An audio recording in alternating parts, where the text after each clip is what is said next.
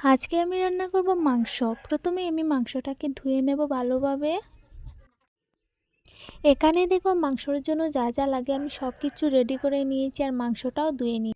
এবারে আমি মাংসটা মাখবো আর তার জন্য দেখো আমি পরিমাণ মতো সব কিছু নিয়ে নিয়েছি। আর দিয়ে দেবো এখন হলুদ গুঁড়ো, লঙ্কা গুঁড়ো, পরিমাণ মতো লবণ আর দিয়ে দেবো অল্প একটু লেবুর রস। তো তোমরা কে কে লেবুর রস দাও মাংসতে অবশ্যই কমেন্টে বলবেন। তারপর দিয়ে দেবো অল্প জিরা বাটা আর অল্প একটু সর্ষে তেল দিয়ে ভালোভাবে মেখে নেব।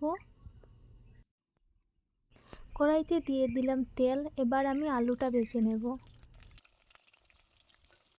আলুর মধ্যে দিয়ে দিলাম অল্প হলুদ গুঁড়ো আর অল্প একটু লবণ দিয়ে ভালোভাবে ঢাকনা দিয়ে দিয়েছিলাম।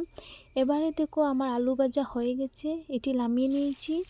আর ওই তেলের মধ্যে আমি দিয়ে দিলাম পেঁয়াজ কুচি, আদা বাটা, রসুন বাটা আর দুটো দিয়েছি তেজপাতা আর অল্প একটু লবণ আর অল্প একটু হলুদ দিয়ে ভালোভাবে কষিয়ে নেব পেঁয়াজটা দেখো আমি ভালোভাবে কষিয়ে নিয়েছি।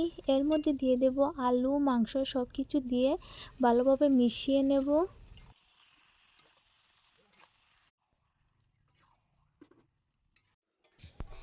মাংস আমি ঢাকনা দিয়ে দিয়েছিলাম। এবার দেখো মাংস থেকে অনেক জল বেরিয়েছে আর আলুটাও সিদ্ধ হয়ে গেছে, মাংসও প্রায় সিদ্ধ হয়ে গেছে। এবার ভালোভাবে কষিয়ে নিচ্ছি। মাংসটা দেখো আমি ভালোভাবে কষিয়ে নিয়েছি। এবার এর মধ্যে দিয়ে দেব অল্প জল।